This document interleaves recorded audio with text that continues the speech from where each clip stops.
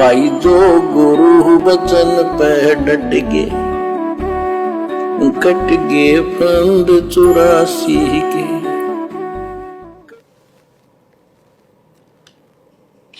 गरीब नमो नमो सतपुरुष को, नमस्कार गुरु की नहीं। सुर नर मुनि जन साधुआ, संतों सर्वस दीन।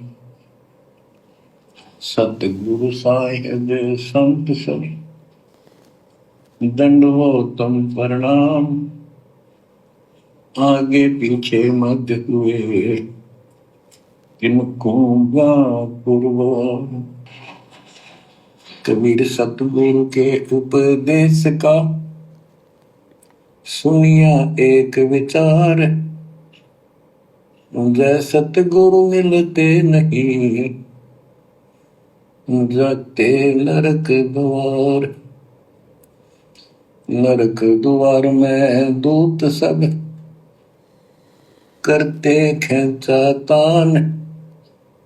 उनसे कभू नहीं छूटता, फिरता चारों खाने। कबीर चार खानी में भरमता, कबहू न लगता पार। सो फेरा सब मिट गया, मेरे सतगुरु के उपकार। गुरुदेव भगवान हमें समझाना चाहते हैं कि आपने ये सोचकर भी अपने गुरुदेव भगवान की महिमा करनी चाहिए, उनका गुणगान करना चाहिए, बारंबार अपने गुरुदेव का धन्यवाद करना चाहिए कि सर्वप्रथम तो आपको ये मनुष्य जन्म प्रदान किया है गुरुदेव ने, स्त्री या पुरुष का। मनुष्य जन्म प्राप्त करने के बाद भी ये प्राणी भटक रहा है, आत्माएं भटक रही हैं, ओछी साधनाएं कर रही हैं, मंदिर मस्जिद चर्च गुरुद्वारों में धक्के खा रही हैं।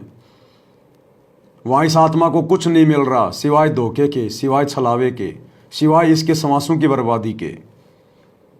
तो सर्वप्रथम तो गुरुदेव ने हमें मनुष्य जन्म दिया, जिस मनुष्य जन्म में हम भक्ति करके परमात्मा को प्राप्त कर सकते हैं, आत्मा का कल्याण करवा सकते हैं। और मनुष्य जन्म मिल गया और यदि सतगुरु नहीं मिला, सच्ची भक्ति नहीं मिली, इस काल के जाल से बाहर निकलने का रास्ता नहीं मिला, तो भी क्या फायदा मनुष्य जन्म प्राप्त करने का, ये भी बेकार चला जाएगा। तो सतगुरु ने हमें वो मार्ग बता दिया, अपनी शरण में ले लिया। 8 अरब की जनसंख्या में से हम मुट्ठी भर लोगों को गुरुदेव ने अपनी शरण में लिया। हमारे ऊपर कितना बड़ा रहम किया, हमारे ऊपर किस कदर उनकी नज़र टिकी हुई है। और यदि आज हम अपने गुरुदेव की शरण में ना आते, ये ज्ञान हमें सुनने को ना मिलता, ये भक्ति हमें करने को ना मिलती, आज हम कहाँ खड़े होते। बाकी दुनिया को देखिएगा, सारा दिन बेचारे 2 टाइम की रोटी के लिए, अपने पालन पोषण के लिए, घर के खर्चे पूरे करने के लिए बैल और गधे की तरह कमा रहे हैं। उन्हें कोई सुध बुध नहीं है। उन्होंने अपने जीवन का एक ही लक्ष्य मान रखा है, सुबह 20 किलो केले लेके बैठ जाएगा रेडी पर। बस उसका एक ही टारगेट है कि शाम तक मेरे केले बिक जाएं। शाम को यदि केले बिक गए तो बड़ा खुश होता है, बड़ा प्रसन्न होता है कि आज तो बात बन गई, आज तो जिंदगी बन गई। बहुत बड़ा कोई बिजनेसमैन है, उसने कोई डील कर ली, कोई फैक्ट्री लगा ली, उसका बिजनेस सफल हो गया, फैक्ट्री चल पड़ी, तो वो उसी में अपनी सफलता मानता है कि मेरा तो जीवन सफल हो गया। शादी करने के बाद में बच्चे उत्पन्न हो गए तो बड़े खुश होते हैं कि वाह जी हमारे घर में लड़का हो गया, संतान हो गई हमारे घर में, बड़े खुश होते हैं। वो उसी को अपना टारगेट मान रहे हैं। चोर यदि चोरी करके, ठग यदि किसी को ठग कर, धोखेबाजी करके पैसे ऐंठ लेता है तो वो उसी में अपनी सफलता मान रहा है कि आज मैंने तीर मार लिया। लेकिन परमात्मा कहते हैं वो तो अपने कर्म फोड़ रहे हैं। कर्म जो ईमानदारी से काम कर रहा है उसके भी कर्म फूट रहे हैं, क्योंकि मनुष्य जन्म केवल केले बेचने के लिए नहीं मिला, सब्जी बेचने के लिए नहीं मिला, बिजनेस खड़ा करने के लिए नहीं मिला, शादी करके मात्र बच्चे पैदा करने के लिए नहीं मिला। ये तो तेरे कर्म है, ये तो तेरे भाग्य में लिखा हुआ है जो तुझे मिला। परंतु इस मनुष्य जन्म प्राप्ति का कुछ और प्रयोजन है जो अभी तुझे पता भी नहीं है, और वो है मोक्ष की प्राप्ति। अन्यथा ये तेरा पढ़ना लिखना नौकरी करना धन कमाना सब कुछ बेकार है। आज इंसान की उम्र कितनी है? वैसे तो कलयुग में 100 साल की मानी गई है, लेकिन वर्तमान में देखा जाए जिस प्रकार से वातावरण हो गया, खान पान हो गया, लोगों के विचार हो गए, 70 से 80 साल लास्ट मान के चलें। 80 वर्ष में अपनी लाइफ के 20 से 25 साल वो व्यक्ति एजुकेशन प्राप्त करने में बर्बाद कर देता है, पढ़ाई करने में बर्बाद कर देता है। माता पिता उसके ऊपर कई लाखों रुपया बर्बाद कर देते हैं, उसको डॉक्टर बनाने के लिए, इंजीनियर बनाने के लिए, बड़ा अधिकारी बनाने के लिए।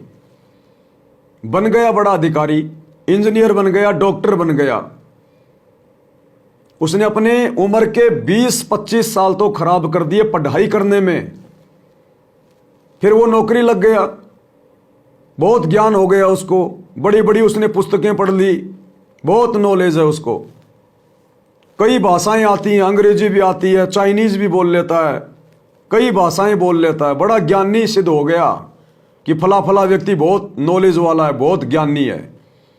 नौकरी लग गया, बहुत पैसा कमा लिया। अच्छा, 80 साल तो केवल मान के चलते हैं एवरेज, बाकी बीच में कब मर जाए कोई भरोसा नहीं। बीच में एक्सीडेंट भी हो सकता है, किसी बीमारी से मर सकता है, हार्ट अटैक भी आ रहे हैं लोगों को आजकल बहुत ज्यादा, किसी भी कारण से उसकी मौत हो सकती है। अब जिस दिन उसकी मृत्यु होगी, मान लो 80 साल वो पूरा जी लिया, 80 साल के बाद उसकी मृत्यु हो गई, अब कहां जाएगा? मान लीजिए उसको दोबारा से मनुष्य जन्म मिल गया। वैसे तो सीधा आदमी 84 में जाता है, एक मनुष्य जन्म के बाद सीधा 84 लाख योनियां भोगता है। गधा, कुत्ता, सूअर, बैल, बकरी, हाथी, शेर, बाघ, चीता, घड़ियाल, पता नहीं क्या क्या बनेगा। उसके बाद फिर दोबारा एक मनुष्य जन्म मिलता है। चलो मान लिया मनुष्य जन्म के बाद उसके कुछ अच्छे संस्कार थे, भक्ति थी, तुरंत उसको दोबारा से परमात्मा ने एक मनुष्य जन्म दे दिया। अब उसके पिछले जन्म की पढ़ाई कहां गई? जो उसने 20-25 साल बर्बाद किए थे कई भाषाएं सीखने में, ज्ञान प्राप्त करने में, अब उसका वो नॉलेज कहां गया? 0/0। उसको वो अंग्रेजी भाषा का ज्ञान, फारसी भाषा का ज्ञान, चाइनीज भाषा का ज्ञान कहां गया? 0/0। उसको फिर से अपनी यात्रा शुरू करनी पड़ेगी, स्कूल जाना पड़ेगा, मास्टरों के डंडे खाने पड़ेंगे, उसको कोचिंग करनी पड़ेगी, बहुत मेहनत करनी पड़ेगी, फिर कहीं जाकर 20-25 साल में वो थोड़ा बहुत ज्ञानी बनेगा, फिर छोटी मोटी नौकरी लगेगा। वो पिछली नौकरी कहां गई?